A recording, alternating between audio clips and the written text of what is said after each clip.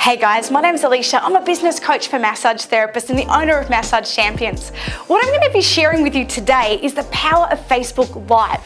So Facebook Live is something that obviously it's utilized on the platform Facebook, which is a social media platform, where you can do live streaming through your business page, through your personal page, or through groups. Now, the cool thing about Facebook Lives is that most people are terrified of doing them. So Facebook actually rewards you by showing your live to more people. So people will often say to me, oh, you know, I posted on Facebook before through my business page and I only get like 30 or 40 people see it, or, you know, like it doesn't seem like it's getting anywhere. Firstly, we need to make sure that we're posting regularly. That can help. But you can try things like videos, which are great, but also Facebook Lives, because Facebook's algorithm will show your live to more people, even if they're not on while you're doing it. So if you want to be able to harness the power of Facebook Live and get your message of why you do what you do out to more people, I highly, highly recommend it. The other really cool thing about having Facebook Lives is that not only does Facebook show them, because most people are scared of doing it themselves, it actually sets you up as an authority and leader in the space, and they build massive trust. Because instead of just seeing your profile pic somewhere and going, oh, that person looks okay, I think they're half decent, they're actually seeing your beautiful face, they're getting your beautiful energy, and they're actually experiencing part of who you are. And the cool thing is, if that resonates with them, they're more likely to book. And if it doesn't resonate with them, then it's kind of good, because you don't want them in anyway, because they're not what we call a values match into your clinic. So Facebook Live is super easy. Basically, you get what's called the Facebook Pages app. You connect it to your business page. You find when you find it where you're going to post, you hit live. A hot tip is to make sure that if you're going to live it, that your headline is really, really important. Because what most people will do is go, okay, I'm just going to do this live thing, and they're really nervous and they put it up there, but they don't put a headline. So other than, oh, this is new, people don't have a reason to click. So your headline could be something like the 5 things I recommend to every client for aftercare after a massage, or the 3 top reasons why you're dehydrated and it's affecting your headaches, or basically anything that you teach to your clients in the treatment room is what you can be using for Facebook Lives. Now, a couple of tips with Facebook Lives. Firstly, to have your make sure your headline is really good.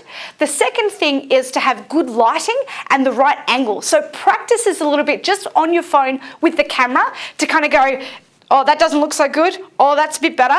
This is always the hot tip, is actually putting it up here, but also just angling it a little bit down, because it'll give you the best lighting from the room most of the time. Now, the other thing is, how do you overcome the nerves? Because when you're about to hit live and you're shaking and people can see it, the idea is that you actually want to get into a really good state. So I highly recommend that you put on your favorite music, dance, sing, get yourself into a really high energetic state, and then just have confidence to deliver the message that you know you deliver beautifully in your treatment room anyway. The power of Facebook Live, guys. Rock it out.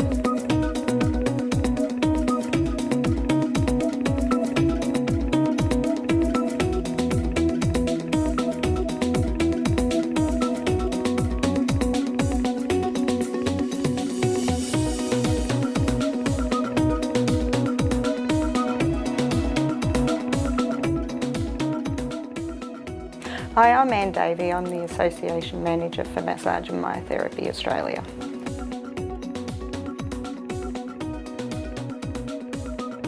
Well, first you need to be a member of Massage and Myotherapy Australia, and you need to remain compliant. So you need to have current first aid, current insurance, meet the CPE requirements, and then we will forward your details to the individual private health funds.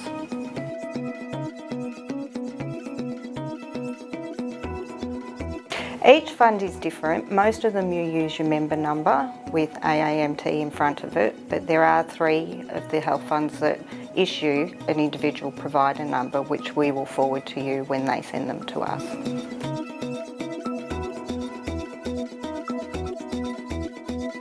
It does take time for the provider numbers to be issued. There are reporting cycles, and some are weekly, some are fortnightly, and some are monthly.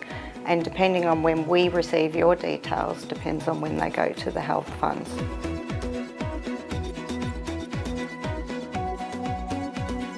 The health funds issue the dates that the association can administer details, and we don't have any control over that whatsoever. Like, we don't have any control over how long it takes them to process the details that we send to them.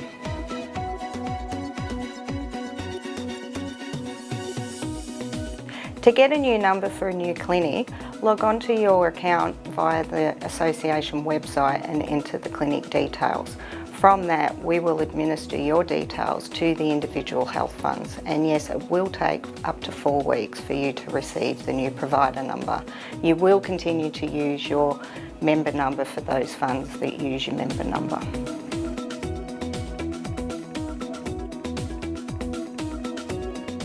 If you can't log on to your account via the association website, you can give us a call on 1300 138 872 and we'll help you enter the details.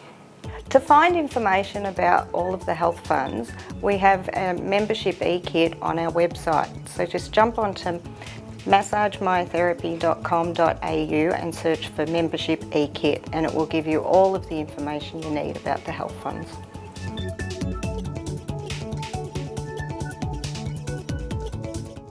All health funds are different. They all operate individually and they all have their own guidelines, their criteria, and so we have to abide by that, and they operate completely individual from each other, which means that you get an individual number from each health fund.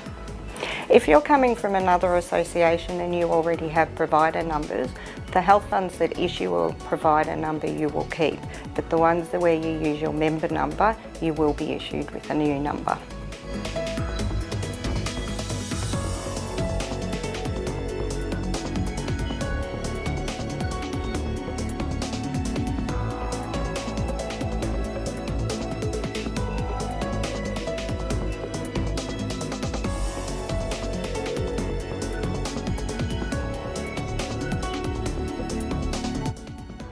My name's Michelle Vassallo, and I have been in the massage profession for around about 17 years.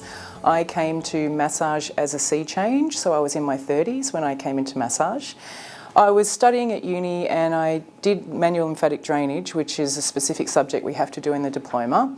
And I went into the first class and walked out of the first class and decided I was never going to do that again. I actually even rang the teacher and said, I'm not coming back. So thank goodness that I listened to her and I respected her, and I did come back because I went on to specialise in manual lymphatic drainage, specifically because at that time there was nobody really doing it. So there was a lot of people doing remedial massage, but I needed an edge, I needed something to specialise in. And I practiced a lot of that, saw the results and realised that there's a great way to teach this.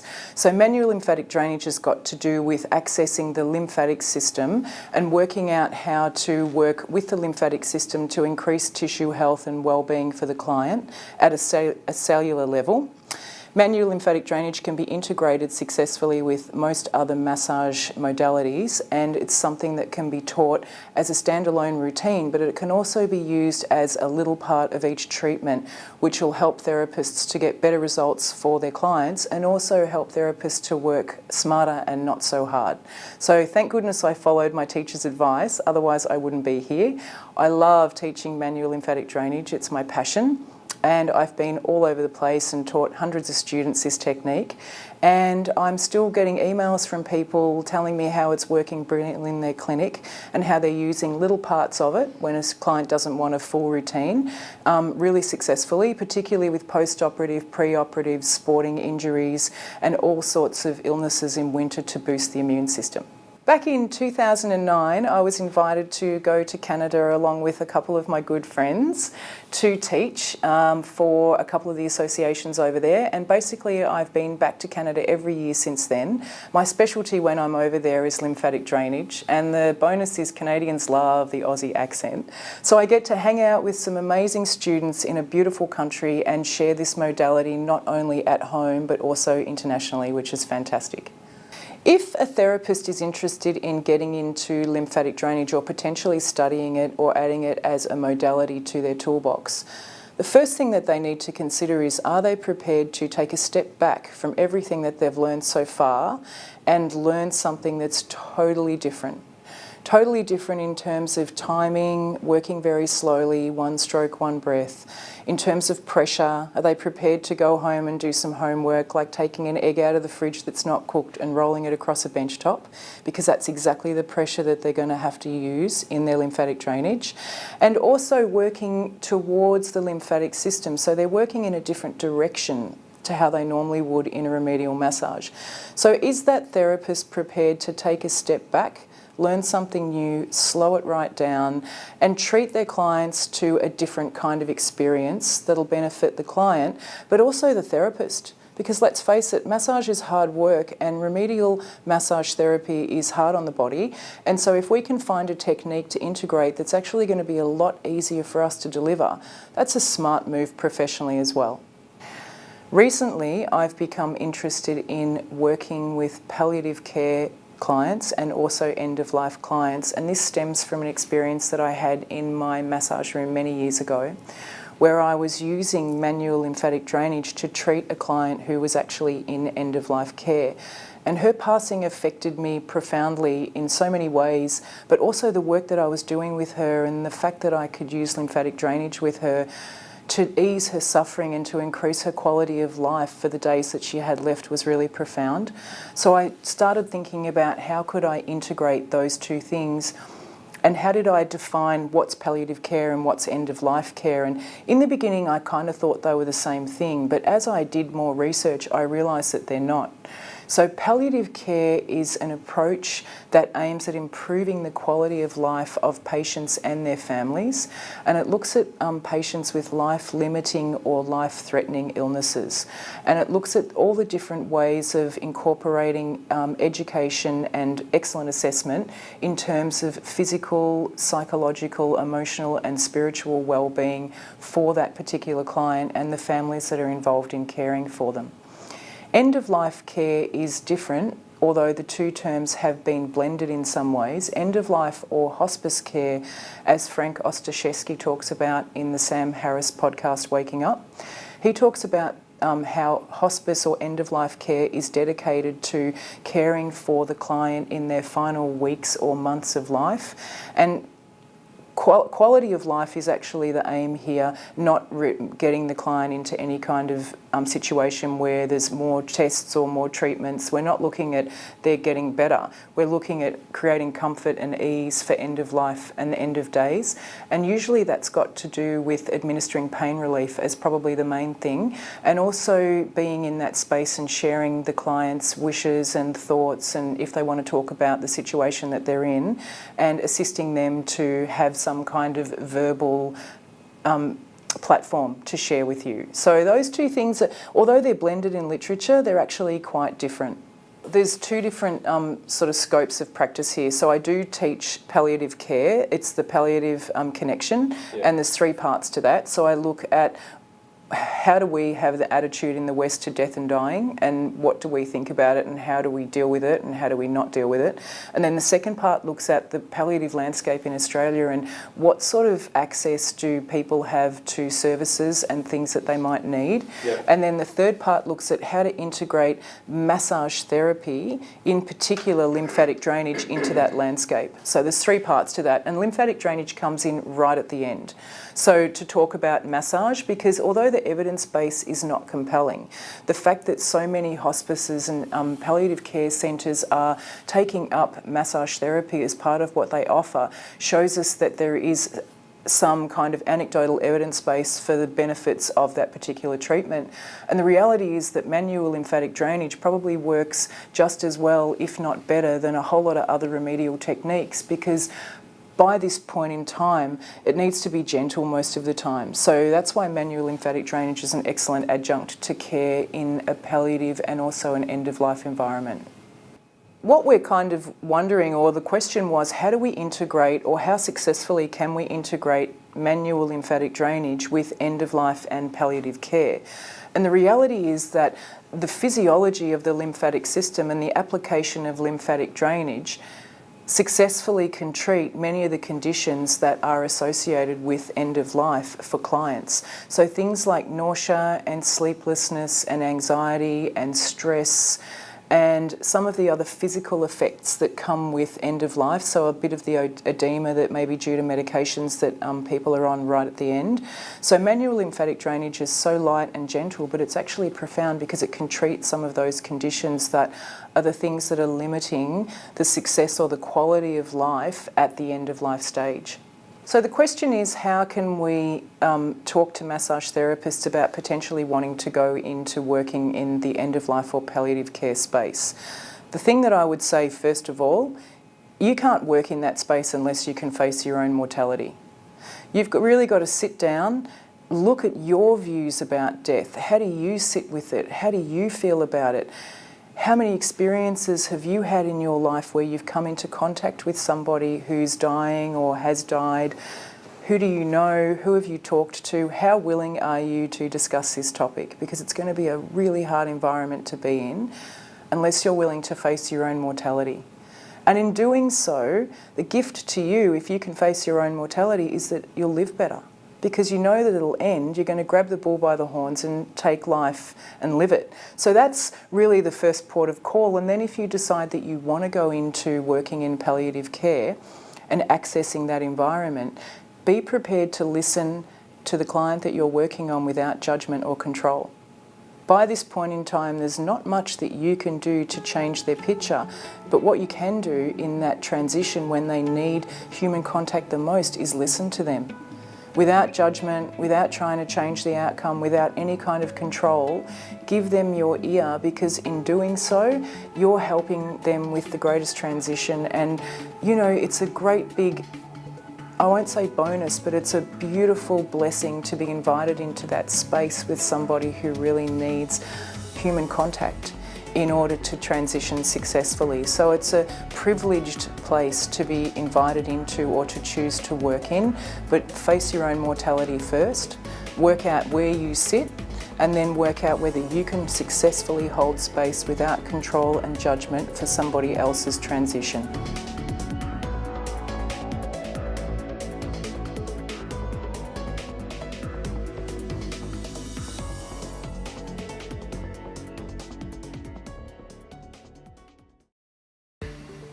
Hi, I'm Steve from Rock Tape. We're going to have a look at how to tape for a shoulder. So we're going to place a piece of tape on the back of the shoulder and one around the front. So we can measure those pieces and cut two pieces to the same length. We're going to then round off the corners, so the corners of the tape don't catch on bed sheets or clothing or towels, and that makes the tape stay on for longer. So we need to put each side of the shoulder on stretch before we apply the tape. So if we apply the back piece first, we're going to get Roy to pop his arm across his body like that. And then we apply the tape, no stretch on the first part, at the top of the shoulder, just behind the AC joint. And then just a gentle stretch to curve around the posterior deltoid and finish with no stretch on approximately the deltoid insertion. And then to tape the front of the shoulder, we'll place the shoulder into an externally rotated position like so. Once again, no stretch on the first part. That gets applied at the front of the AC joint, so the pieces are side by side, not overlapping. And then this piece again with gentle stretch comes around the front of the shoulder and we'll finish around the deltoid insertion, making sure we finish on skin and not directly over the top of the other piece of tape. We come back to resting position, then we're going to apply a decompression piece across the subacromial space. So that will be about that length. Once again, we're going to round the corners and again apply a middle out stretch. This time we're going to apply it right over the subacromial space. Be careful not to have too much tension at the front of the chest there because it can cause some skin irritation. The shoulder just relaxed by the side, up to about half the stretch in the tape as we apply it, and then no stretch on either end of the tape as we lay it off like so. Okay, and that's your easy shoulder application.